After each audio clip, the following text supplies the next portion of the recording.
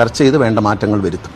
അങ്ങനെയുള്ള ഒരു ചർച്ചകൾ നടന്നിട്ടുണ്ടോ? അങ്ങനെ മുന്നണിക്കുള്ളിൽ നടന്നിട്ടുണ്ടോ? അല്ല, മുന്നണിക്കുള്ളിൽ അങ്ങനെ ചർച്ചയൊന്നും നടന്നിട്ടില്ല. അങ്ങനെ വേണ്ടി വരുന്ന സാഹചര്യം ഉണ്ടെങ്കിൽ അടിയന്തര മുന്നണി യോഗം വിളിക്കും കൺവീനർ, അതനുസരിച്ച് നമ്മൾ ചെയ്യും. പക്ഷേ എന്നാലും ഒരു ധാരണയുണ്ട്, നമ്മൾ വിശ്വാസികൾക്കൊപ്പമാണ് എന്ന് മുഖ്യമന്ത്രി തന്നെ പ്രഖ്യാപിച്ചിട്ടുണ്ട്. ശബരിമല അയ്യപ്പ സംഗമവുമായി ബന്ധപ്പെട്ട മീറ്റിംഗിൽ ബഹുമാനപ്പെട്ട മുഖ്യമന്ത്രി തന്നെ ഞങ്ങൾ ഭക്തജനങ്ങൾക്കൊപ്പം എന്ന് പറഞ്ഞിട്ടുണ്ട്. ഞങ്ങൾ ഭക്തജനങ്ങൾക്കൊപ്പം. കഴിഞ്ഞ 5-6 വർഷമായിട്ട് ഒരു കുഴപ്പമില്ലല്ലോ. കാരണം അന്നൊരു ഇഷ്യൂ വന്നെങ്കിൽ ഒരു കോടതി വിധിയുടെ പുറത്ത് വന്ന ഇഷ്യൂ ആണ്. അതിനുശേഷം കഴിഞ്ഞ 6 വർഷത്തോളം കഴിയുകയാണ്. ആ കഴിയുമ്പോൾ യാതൊരു വിധത്തിലുള്ള ഇഷ്യൂസുമില്ല. ശബരിമല വളരെ സ്മൂത്തായിട്ട് പോവുകയാണ്. അതിന് ആവശ്യമില്ലാത്ത പ്രതിപക്ഷവും BJP മുതലെടുപ്പിന് ശ്രമിക്കാതിരുന്നാൽ മതി. അന്നുണ്ടായത് പിന്നീട് ഉണ്ടായ തെരഞ്ഞെടുപ്പിലുണ്ടായ വലിയ തിരിച്ചടി അത് ഈ ഒരു വിഷയം പ്രതിപാദിച്ചിട്ട് ഇല്ല. ഈ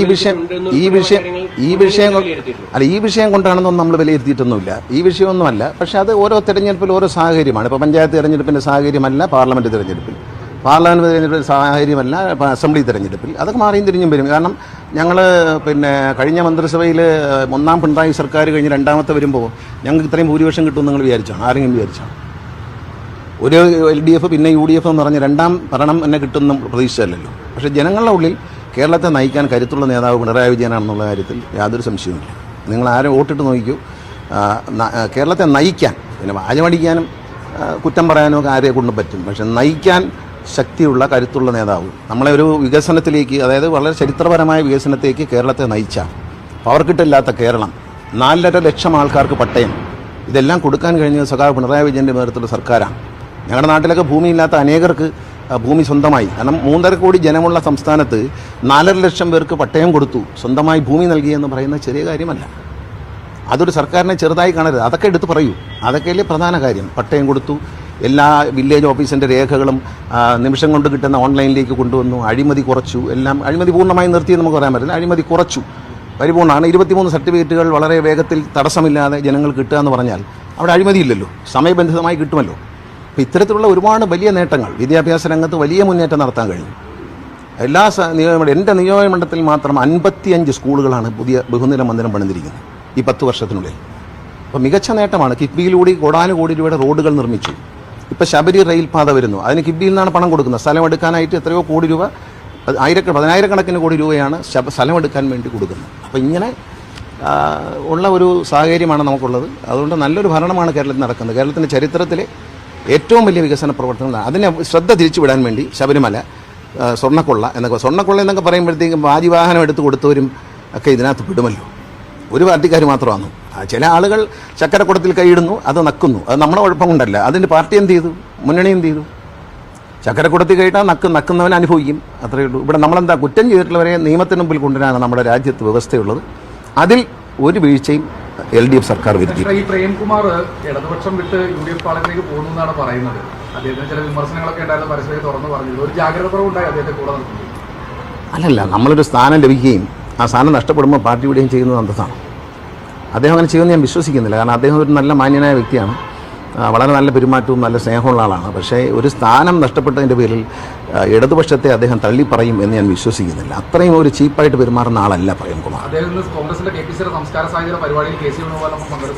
സംസ്കാര സാധ്യതയിൽ പങ്കെടുക്കാം, അതിനൊരു സാംസ്കാരിക സംഘടന ആയതുകൊണ്ട് കുഴപ്പമില്ല. പിന്നെ അവരുടെ തീരുമാനം അവരല്ലേ എടുക്കേണ്ടത്. ഞാൻ പ്രേംകുമാർ ഇങ്ങനെ തീരുമാനിക്കണം എന്നെനിക്ക് പറയാൻ പറ്റും.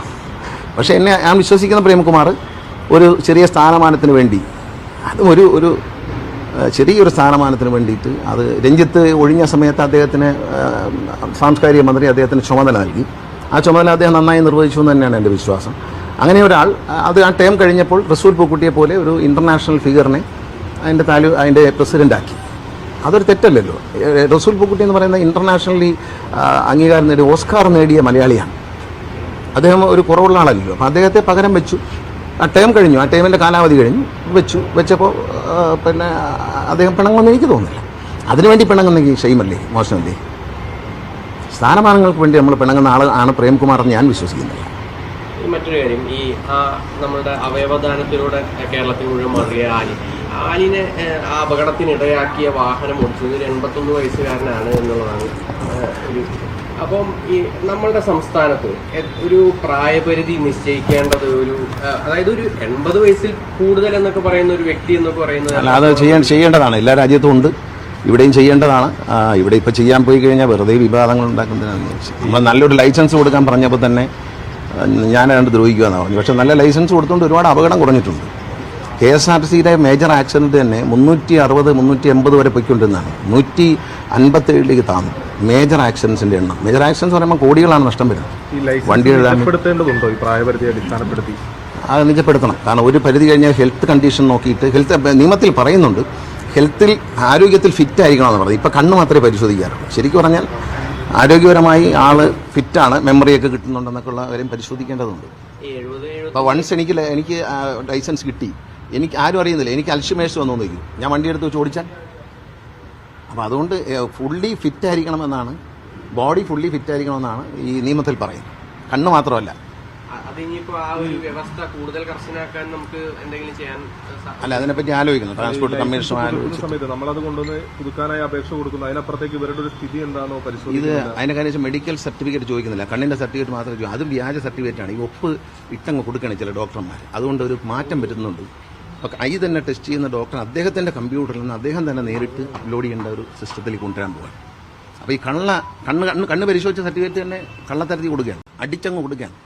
അപ്പോൾ അതുകൊണ്ട് ഈ ഡോക്ടർ തന്നെ അപ്ലോഡ് ചെയ്യുന്ന ഒരു സംവിധാനം വിദേശ രാജ്യങ്ങളൊക്കെ അങ്ങനെയാണ്. അത് നമ്മൾ കൊണ്ടുവരാൻ പോവുകയാണ്. ഡോക്ടർ തന്നെ അദ്ദേഹത്തിൻ്റെ സർട്ടിഫിക്കറ്റ്, ഇപ്പോൾ എൻ്റെ കണ്ണ് പരിശോധിച്ച് കഴിഞ്ഞാൽ എൻ്റെ കണ്ണ് പരിശോധിച്ചതിൻ്റെ സർട്ടിഫിക്കറ്റ് അദ്ദേഹം വാഹന സൈറ്റിലേക്ക് അപ്ലോഡ് ചെയ്യുമ്പോൾ മാത്രമേ എൻ്റെ ലൈസൻസ് വാലിഡ് ആവും. ഗൾഫിലൊക്കെ അങ്ങനെയാണ്. കണ്ണ് പരിശോധിച്ചിട്ട് നമ്മൾ അവിടെ നിന്ന് അവർ തന്നെ അപ്ലോഡ് ചെയ്യും. അടുത്ത സെക്കൻഡ് നമുക്ക് ലൈസൻസ് കിട്ടും. അത് പരിശോധിക്കും. ഫിസിക്കലി ഫിറ്റ് ആയിരിക്കണം. പത്തനാപുരത്ത് തന്നെ മത്സരിക്കുമല്ലോ. 25 വർഷമായിട്ട് ഞാൻ മത്സരിക്കില്ല. എൻ്റെ ജനങ്ങളെ, എന്നെ സ്നേഹിക്കുന്ന എൻ്റെ സഹോദരങ്ങൾ വിട്ട് ഞാൻ എങ്ങും പോവില്ല. UDF യാത്ര തിരുവനന്തപുരത്ത് എത്തുമ്പോഴേക്കും കൂടുതൽ ആളുകൾ UDF പാളയത്തിലേക്ക് എത്തും. മുൻപ് വിട്ടുപോയവരെയൊക്കെ ചേർത്ത് പിടിക്കുന്നതാണ് പറയുന്നത്. അപ്പോൾ അങ്ങനെ എന്തെങ്കിലും ഓഫറുകൾ, നേരത്തെ ചർച്ചകളൊക്കെ നടന്നുണ്ടോ?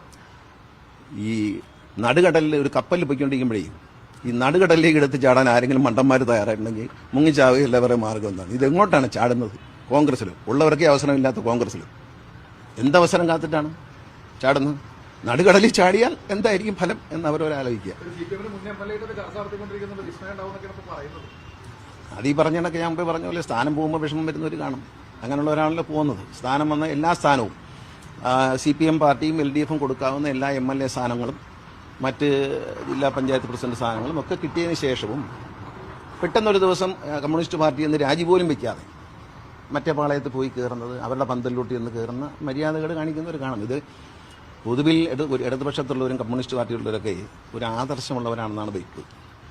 എല്ലാവർക്കും ആദർശം ഉണ്ടാവണമെന്നില്ല. അവനങ്ങോട്ടും ചാടി ഇങ്ങോട്ടും ചാടി.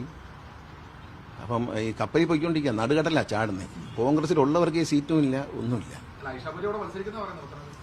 അതിനെന്താ, ആർക്കും എവിടെയും മത്സരിച്ചുകൂടി? തലയ്ക്ക് വെളിവും 10-21 വയസ്സും കഴിഞ്ഞാൽ ആർക്കും ഇന്ത്യയിൽ എവിടെയും മത്സരിക്കാം. ആരും തടയാൻ നോക്കൂ? ആർക്ക് നോമിനേഷൻ കൊടുക്കാൻ മത്സരിക്കും? ബാലഗോപാൽ 100% വിജയിച്ചിരിക്കുമല്ലോ. കഴിഞ്ഞ വർഷത്തേക്കാളും ഭൂരിപക്ഷം ജയിക്കും. കഴിഞ്ഞ വർഷം അദ്ദേഹം ജയിച്ചതാണ് 12,000 വോട്ട്.